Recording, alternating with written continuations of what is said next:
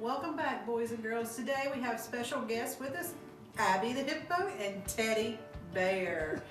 Today we're going to continue with the Secret Zoo by Brian Chick. Now we left off on chapter 7. We had went to the zoo and they had met the polar bears. One was named Blizzard, and remember he come out in the tunnel and all this stuff and gave them a secret message, and they got kicked out of the zoo because it was closing. So we're going to continue with chapter 8, Creepy Critters. After school the next day, the scouts raced down Walker's Boulevard toward the zoo. Once inside, they ran toward the back, dodging benches and cutting through buildings as they headed for an exhibit called Creepy Critters. Creepy Critters had over 300 aquariums of different sizes, shapes, and purposes. Each aquarium held things that were slimy or scaly or hairy, or generally creepy in some regard. Things like snakes, lizards, spiders, fish, and even cockroaches as big and thick as adult thumbs. In no time, the scouts crossed the zoo and entered the exhibit. Creepy Critters had a bizarre design. The building seemed to be a hapless collection of zigzagging hallways. Aquariums were set in every wall, and it felt as if the building was made of giant glass bricks. The concrete spots between the aquariums were covered in fake slime, mold, webs, and cocoons. Plastic vines and goopy gunk dangled from the ceiling. Children raced along the side of the aquariums, pausing each one just long enough to peer inside and leave fingerprints on the glass. Their parents strolled behind them with bundles of jackets slung over their arms. Sounds rebounded from the hard glass walls like noises in a cave. The scouts found a spot on an open bench. The aquarium in front of them was filled with tiny bright pink frogs resting on branches and mossy rocks, splotches of color on a green canvas.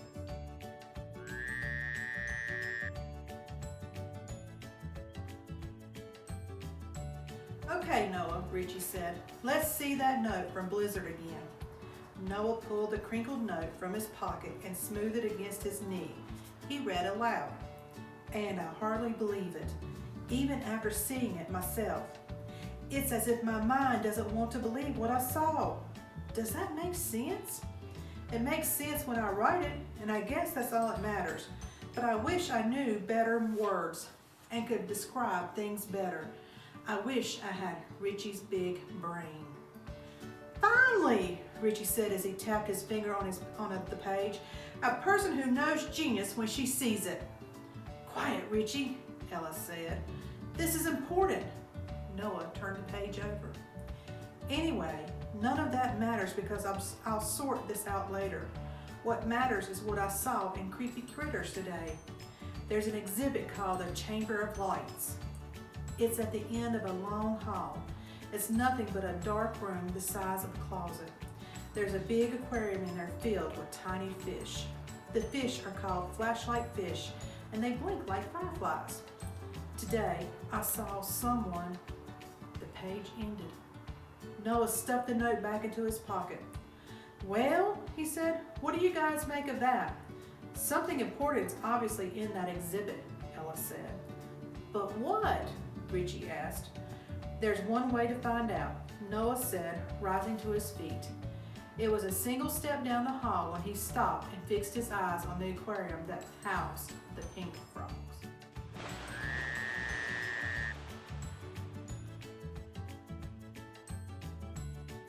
"Guys, look," he said. Lined up along the window, side by shiny pink side, the frogs were crowding in front of the aquarium. A few remained perched along the branches, but even those were staring directly at the scouts. Ella gasped and inched to the window, sliding the flats of her feet along the floor. Noah and Richie moved in behind her, each boy peering over one of the shoulders.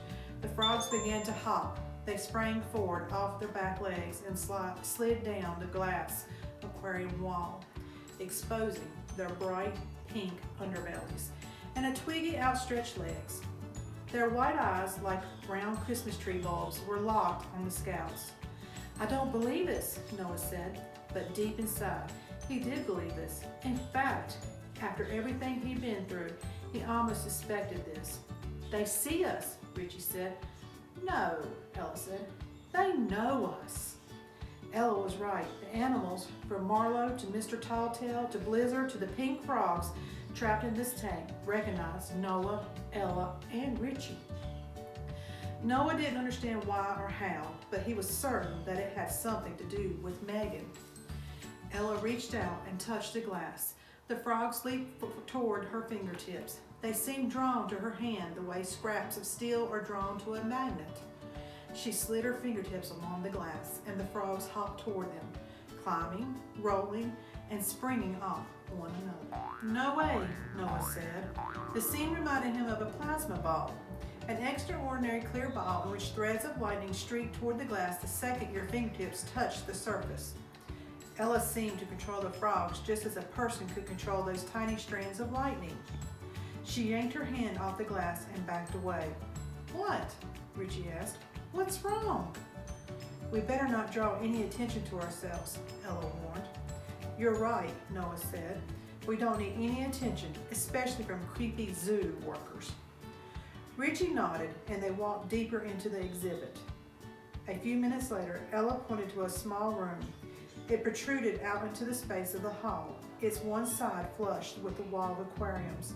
The room had a single purpose to provide a dark viewing area for the aquarium along its wall. The room looked out of place, juxtaposed with the aquariums set in the walls. "There," she said. "There's the Chamber of Lights." Richie and Noah nodded. The scouts knew the exhibit from previous visits. They turned, walked a third of the way down the hall, and stopped abruptly. Their eyes swelled. Richie's lips quivered. All the animals were staring at them from the tanks on either side. Snakes slithered near the fronts of their enclosures, their flickering tongues lapping the air. The tree frogs balanced on branches, their still, bulbous eyes fixed outward. Fish idled along the front boundary of their tanks, their sides turned as each stared out with one eye. Lizards leaned against the glass, their gazes pointed at the scouts.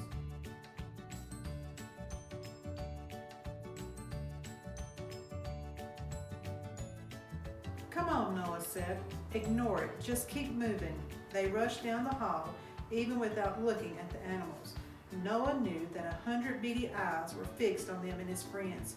He could feel them. They reached the Chamber of Lights. A black velvet curtain with gold rings hung over its entrance. "Let's check it out," Noah said. Ella took a deep breath, and Richie shook the nervousness out of his body. Together, the scouts pushed the curtain aside and entered the small room. An aquarium was set inside the wall facing the entrance. The room was small, the size of a large closet. Richie closed the curtain behind him, and the room was enveloped in darkness. The flashlight fish started to blink, and Noah was reminded of a magical night sky filled with winking stars. He tried to move around and realized how utterly dark the room was. "Richie," he said, "open the curtain." Richie threw back the curtain, and the darkness huddled in a long shadow on the far side of the room. "Look around," Noah said. "See if you see anything." The walls and the ceilings were draped in more black velvet fabric. Other than that, the room was simple, and there was nothing unusual about the tank. "I don't see anything," Ella said. Noah slid his palms along the walls. Something in here grabbed Megan's attention. He said, "But what?" Richie asked. "Nothing is in here but fish." "Wait a minute," Ella said. The expression on her face changed several times as she rummaged through her thoughts. "I wonder if we're looking in the wrong place." "What?" Noah asked. Megan specifically said maybe she saw whatever she saw from outside this place, Ella said. Noah and Richie were quiet as they tried to grasp what she was getting at. "Come on," Ella said. "Follow me." And that was exactly what Noah and Richie did. That was the end of chapter 8.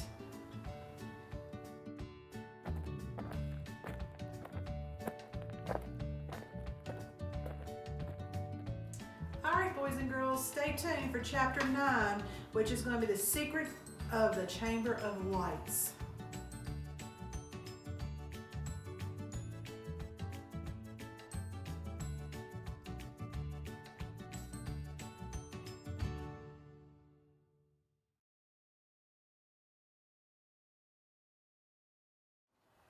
So Abby, did you get that story with all my mistakes we had to stop and retake? Teddy, you still awake down there? What do y'all think?